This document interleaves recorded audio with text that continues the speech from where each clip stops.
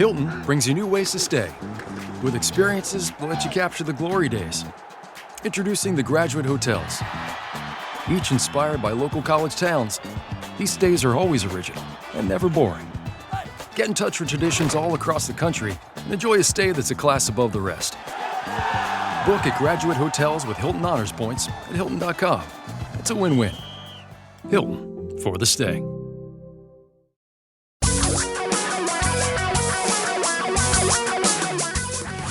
Reality radio for a really great future.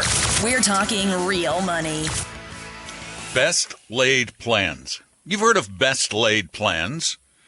You know, we all have these plans, directions we think we might take things. I tend to plan less than most people, but I had plans for where the show was going to go this evening, this afternoon, today, whatever time it is. And then I looked at something and I went, I'm not going to go there. I'm going in a different direction right now. I'll tell you what that direction is in a moment. Hi, everyone. I'm Don McDonald. You've tuned to Talking Real Money, the radio show that eventually becomes a podcast that tries to help you do one thing well, and that is manage money, invest it better, stop doing dumb stuff. just do what you should be doing as opposed to what all the crazy people out there tell you should be doing. You know what it is. It makes sense. And when you deviate from that, you know you're deviating, but you just kind of want to get rich, don't you? Or you don't want to lose anything. Well, I'm here today. Tom's not. He's at a Sounders game with a friend. And so I'm just going it alone. You can call me, though, keep me company, at 855-935-TALK, 855-935-8255. And we'll try to take your particular situation and make it better, whatever that might be. Before you get into an investment that you don't like, before you get into something you're going to regret, call me first, like you should have done before you bought Bitcoin. Now, I did not expect to be talking about cryptocurrencies again today since I mentioned them yesterday, because I talked yesterday about the big lawsuit against Elon Musk for racketeering, basically, for fraud, for promoting Dogecoin, the joke coin. Literally the joke coin. The guy who created it said, Dogecoin is a satire. It's really not worth anything. Why are people buying it? It's not worth that much now. Well, it's still worth a lot more than it was when he created it, but what the heck? No. The reason I'm doing it is I honestly didn't expect this. Cryptocurrencies trade 24 hours a day, 7 days a week. Now, you know that cryptocurrencies have been plummeting. Some of them have gone to practically nothing. But Bitcoin's supposed to be the survivor. Bitcoin and Ethereum.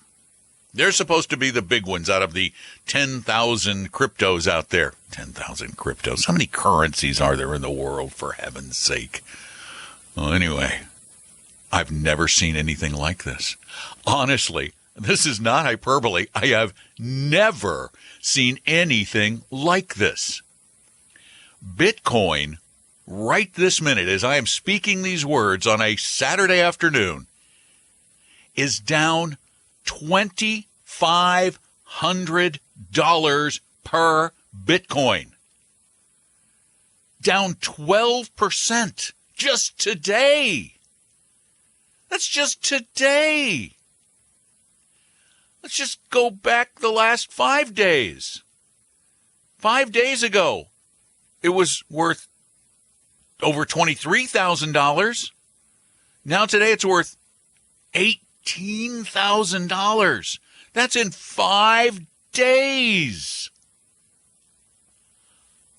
That's unbelievable. A loss of more than $5,000 in 5 days.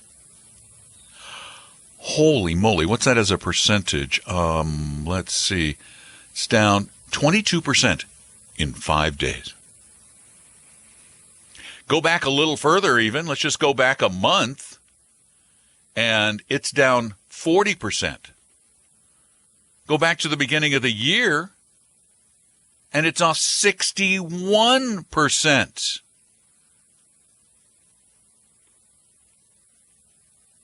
This is, I hate to say it, expected. This was expected. Did you not expect this? And it's so funny because I read an article recently by a guy on Seeking Alpha. This was a piece he wrote just a few months ago, saying that Bitcoin was getting ready to go significantly higher because it was at a fair value right now. Fair value. How do you determine that? How can nothing be worth anything? Be right back. Tom and Don are talking real money. A second opinion could save your life either physically or fiscally. Let one of our Vestory advisors help you save your future at Vestory.com, Vestory.com. Your guides to a really great financial future. Tom and Don are talking real money. Because that's what we do every Saturday right at this time on this here station, Northwest News Radio. And then this show becomes a podcast next week, which you can listen to on every major podcast service on the planet. And thanks for tuning in. If you'd like to call and get an answer to a question, solve a financial problem you're facing, get your stuff on the right track, avoid some big mistakes, give me a call at 855-935-8255, 855-935-TALK. There's one other weird investment that I want to discuss with you today because it's an investment that has, it's not even really an investment. It's a thing people invest in, but something that people have invested in for a very long time. Maybe longer than almost anything else. But the interesting thing about this product, this whatever it is, this place where people put money, is that this is something that actually has some use. It can serve a purpose. Unlike cryptocurrencies, I just want you to look around, look at your car, look at your house, look around, and tell me how many things in your house or car or life are made of cryptocurrencies. That's pretty simple, right? The answer is zero. The answer is zero. How many times in your life have you used cryptocurrency like you use a credit card, a check, or dollar bills? How many times have you or anyone you know, let's broaden it out. How many times has anyone you know use cryptocurrency to make a transaction that doesn't involve turning cryptocurrency into cash or vice versa? I'm willing to bet it's still, for just more than a smidge of you, no one.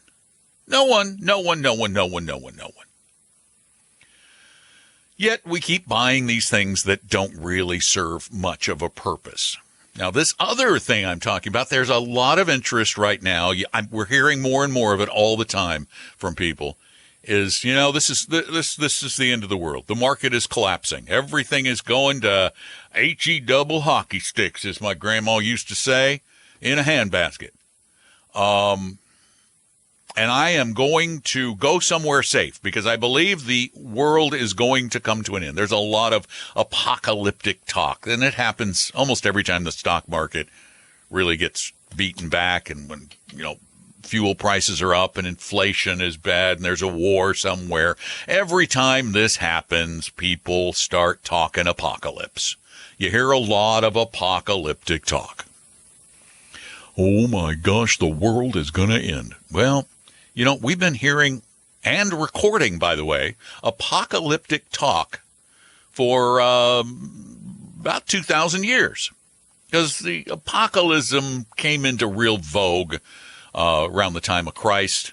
And actually recording of information really came into vogue about 2,000 years ago. So we have records of people calling for apocalypses or ends of the world. This is a normal thing with people. we fear the end of the world, and sometimes it even makes us feel better because it's kind of like, well, we're going to get rid of all those bad people, and just us good ones, we're going to be around. And this is prevalent in a lot of churches where they believe that only a hand-picked group of people are going to survive, and everybody else is going to get wiped off the face of the earth so that all the good people can sit back and say, I told you so. I told you were going to die a fiery death in hell. It's kind of like me with crypto. I told you so. I told you this thing was going to go down. I am gloating a little bit. But the thing that it's going to save you is not what you think is going to save you financially, and that is gold. Why in the world would you think that gold is going to save you? There's no historical precedent for it. Even in the Dark Ages, yeah, a few people who had a bunch of gold were richer than people who didn't have a bunch of gold. But the people who were the richest were the people who had a bunch of productive land or stole gold from other people or jewels or wine or olive oil. I looked this up. I actually did this. This is how nuts I am. I looked this up. From the year 1 CE, Common Era, there have been recorded about 80 big major predictions of apocalyptic events. That's for only up until the year 1900. But when we look, this is all about the press and the media and information spreading. It's not that more people are predicting apocalypse, it's just that more people are getting press for it. Since 1901, just 121 years, there have been over 100 published, well-known predictions of the apocalypse. And from very well-known people, too. A lot of really well-known people. So, yeah, we've been predicting it for a long time. Has any prediction of an apocalypse been correct so far?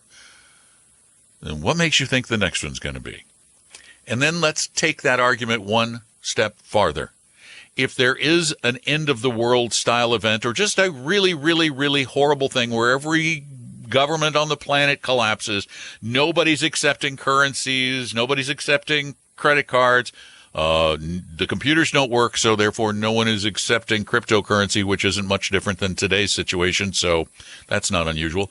What if the economy of the entire world collapses?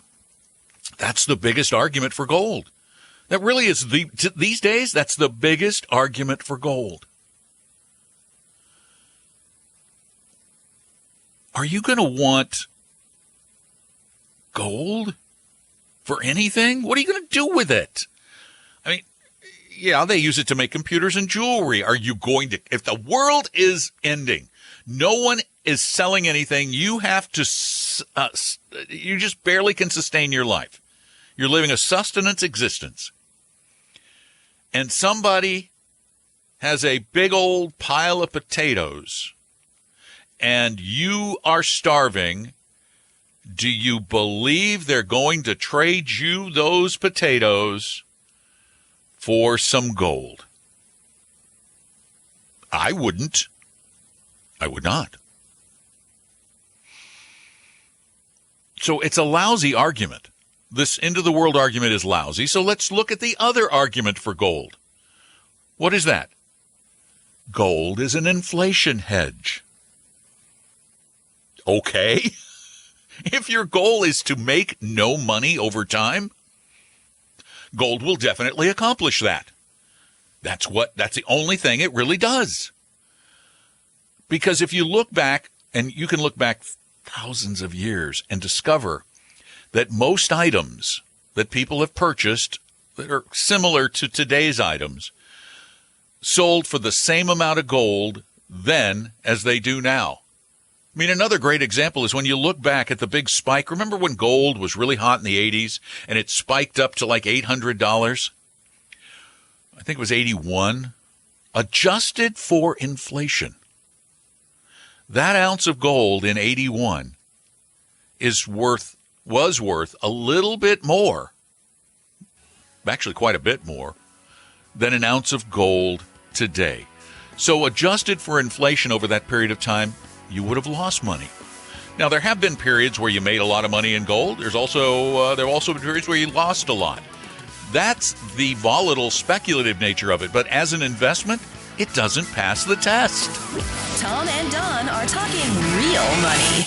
Tom and I created Vestory to help everyone become a better investor, even those who will never be clients. Let one of our advisors help you start your financial plan or solve a money problem free with no obligation or high-pressure sales pitch at Vestory.com. Vestory.com.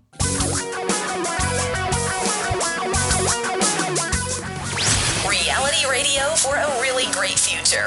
We're talking real money.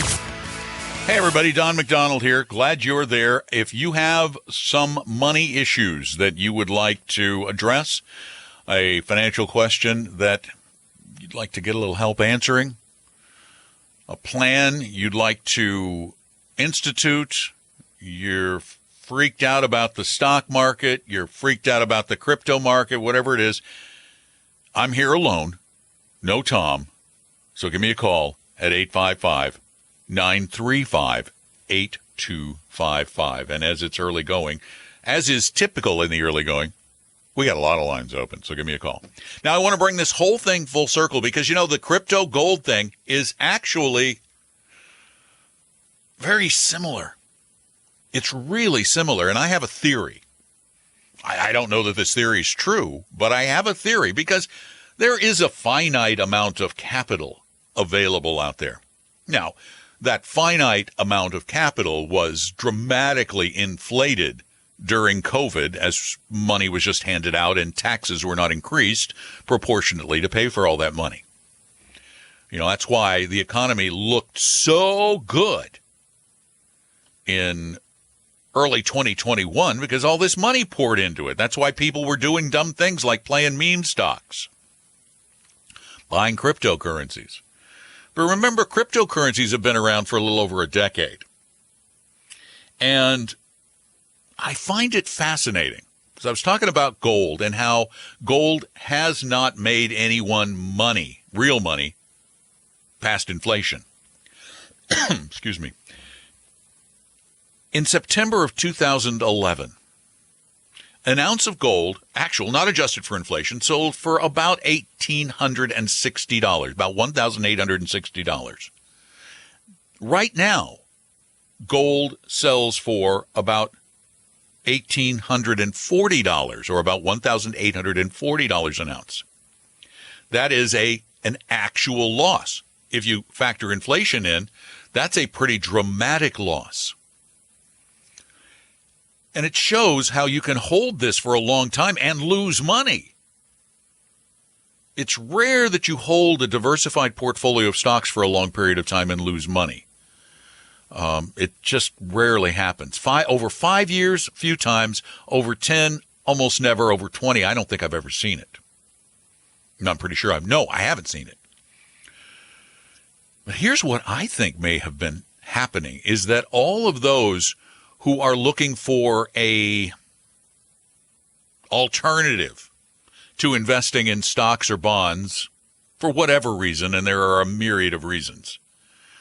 Well, they've been splitting their money between the old folks who are doing gold and the young folks who aren't doing gold, and instead, for their alternative to the man, and that's really what it boils down to, it's the alternative to the man, they've been buying cryptocurrencies instead, which has depressed the supply of money that can go into a slightly increasing supply of gold in the world. Because remember, all the gold ever mined is here. It's out there. So any new gold is just adding to the supply. So neither of these can be considered investments. And for you to do so and again, people got into crypto for the same reason. I'm just going to protect myself from fiat currencies. Well, fiat currencies are backed by something. They're generally backed by the productive capacity of a government, of a sovereign government. Now, sometimes sovereign governments fail, which is why you rarely have all your eggs in one government, which is why we suggest international investing. But it has worked for a very, very, very, very, very long time, investing. And if you don't want to take risk, then you cannot expect anything in return. And if you really are a purveyor of apocalyptic prognostications, then really gold isn't it. What is it? What should you buy if you really believe that the world is just going to collapse economically and you're going to be one of the few people living out in the woods taking care of yourself while everyone else dies around you? You know what the answer is. Tom and Don are talking real money. Is your portfolio a mess? You may have a case of hodgepodgeitis, but don't worry, we can help. Just set up a free, no-obligation meeting with a Vestory advisor at Vestory.com. No sales pitch, guaranteed. That's Vestory.com.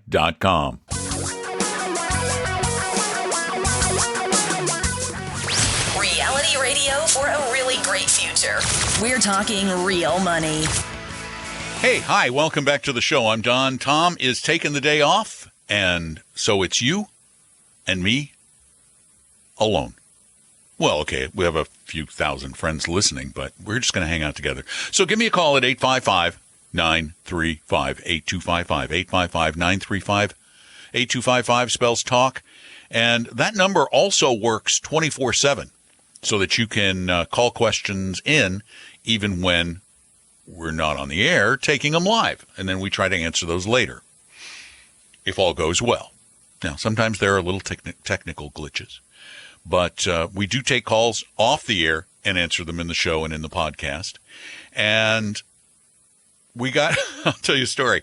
Yesterday's typical Friday Q&A podcast, we got through all of our questions so well that I only had one question for the Friday Q&A. So a ton of questions came in from yesterday through today. So now we've got some of those. So while we don't have any of you live, we're going to go to one of those that was recorded. And I have not heard this question.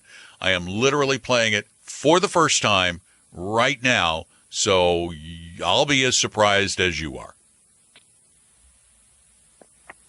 Hi, I had asked a question back at the beginning of June, and I never heard the answer, and I listened to all your podcasts. I have a feeling it might have been on the show where the little device did not record the show, and since I listened via podcast, I never heard my answer.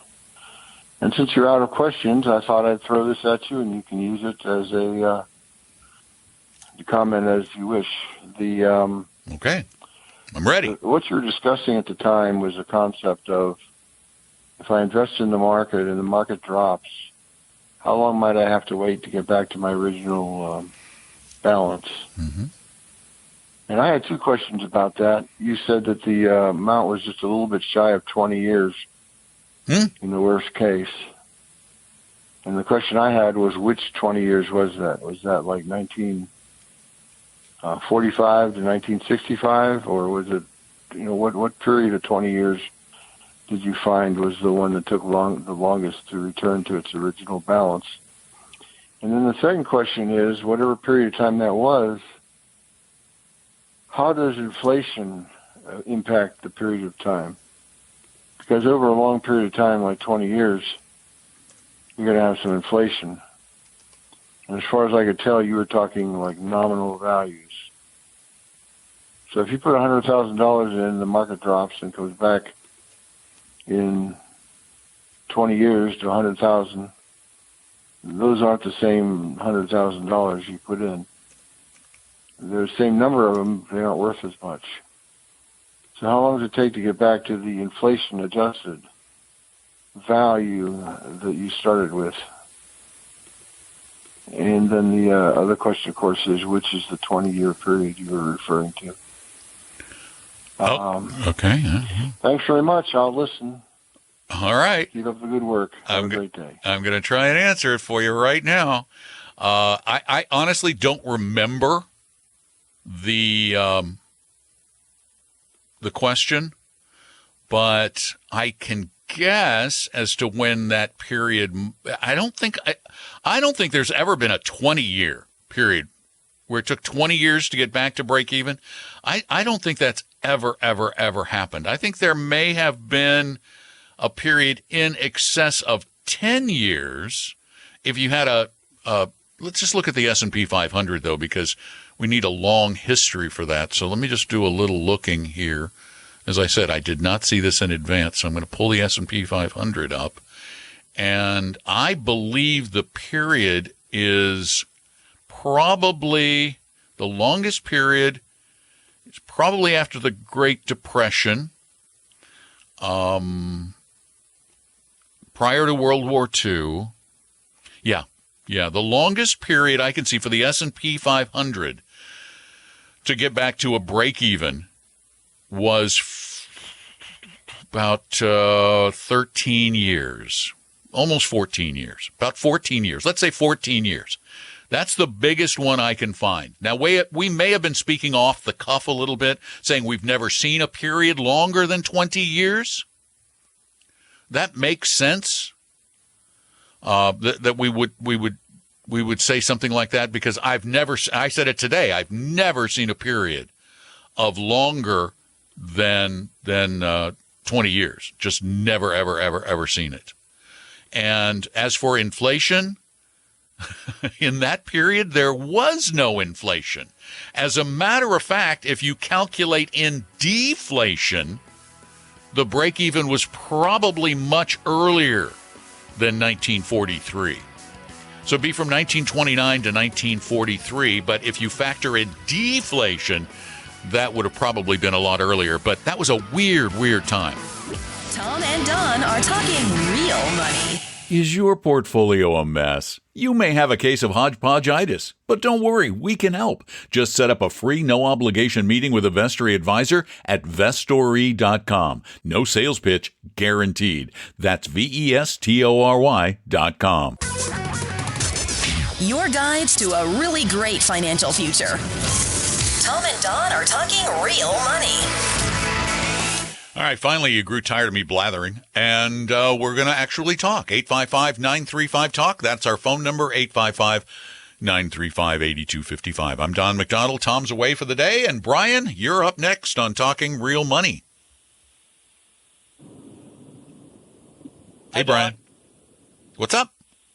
Hey, how long should a guy hold on and ride this wave that's crashing right now before he starts taking action to maybe go to a little bit of cash?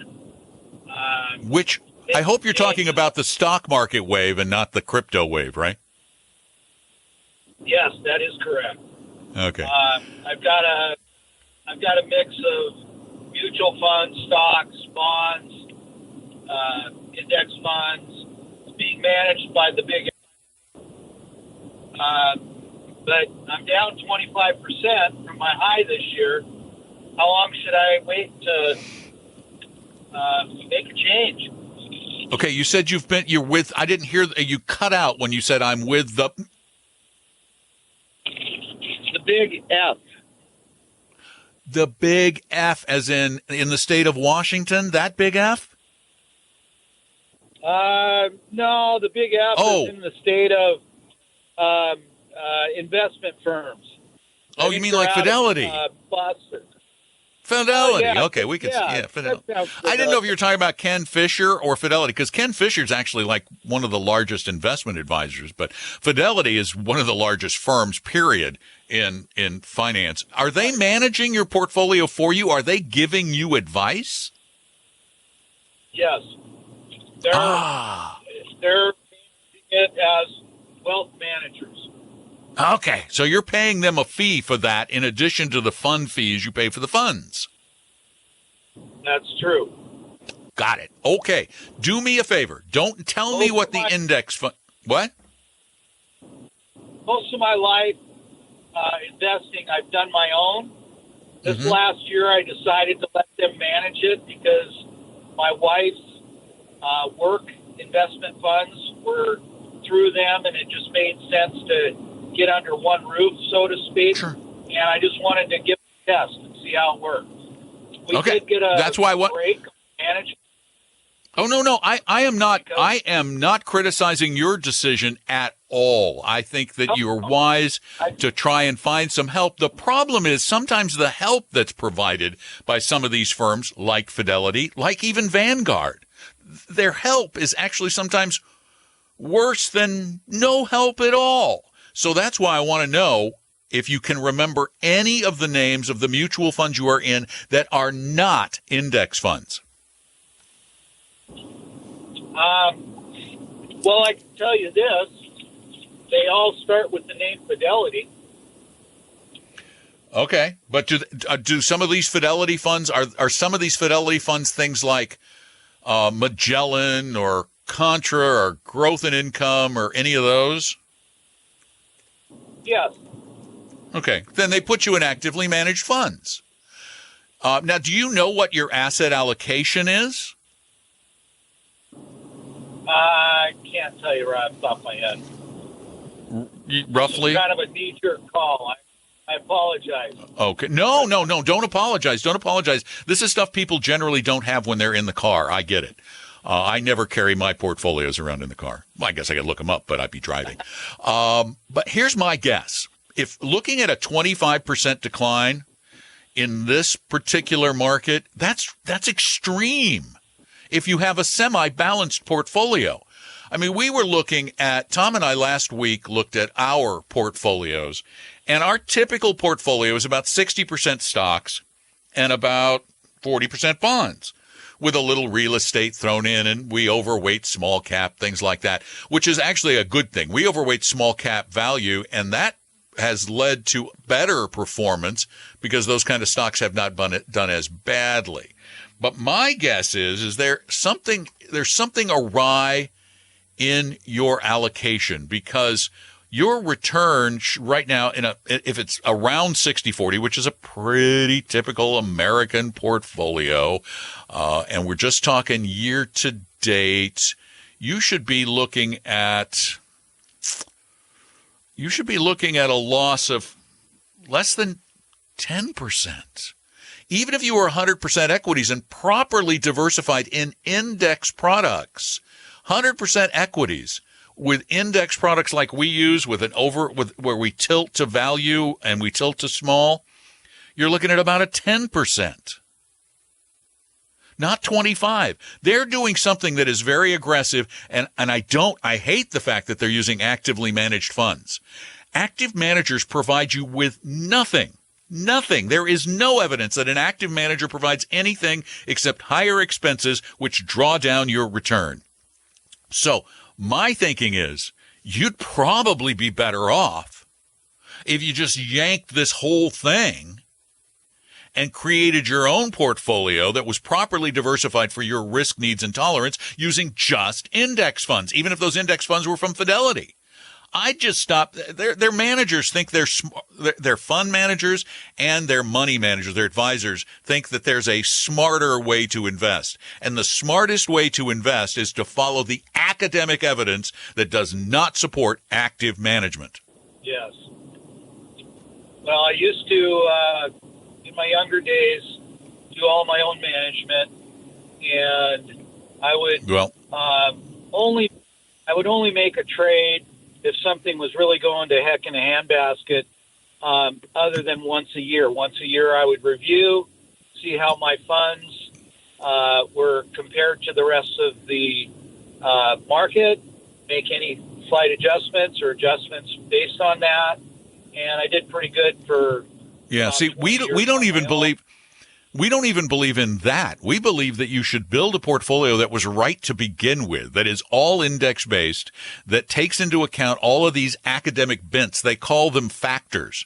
The factor, the value factor, the small cap factor, the equity versus fixed income factor. There's a momentum factor, things like this, that it takes only those into account. And then the only thing you do, you never reevaluate the quality of the funds because the quality doesn't matter. They're just buying a certain class of securities. What you do every year is you make yourself rebalance, period, at a set period, no matter what. That discipline has been the key to greater success over decades and decades and decades. So my suggestion would be you might want to shop for another manager. You might want to shop for a manager that follows this principle of academic research, this factor investing. You can go to DFA.US, Dimensional Funds, and find they have a list of advisors who generally follow this principle, although you still have to vet them. And we also have some really good information at talkingrealmoney.com, talkingrealmoney.com/help about finding another investor. The problem with having an investor with Fidelity is they're going to lean toward Fidelity products. They're going to often push what they're told to push. And I hate the fact that they use actively managed funds. There's no evidence that these things work. As a matter of fact, your anecdotal proof that they don't work. You shouldn't be down 25% right now. Thanks for the call. Tom and Don are talking real money. A second opinion could save your life either physically or fiscally. Let one of our Vestory advisors help you save your future at Vestory.com, Vestory.com. For your real life and real future, Tom and Don are talking real money.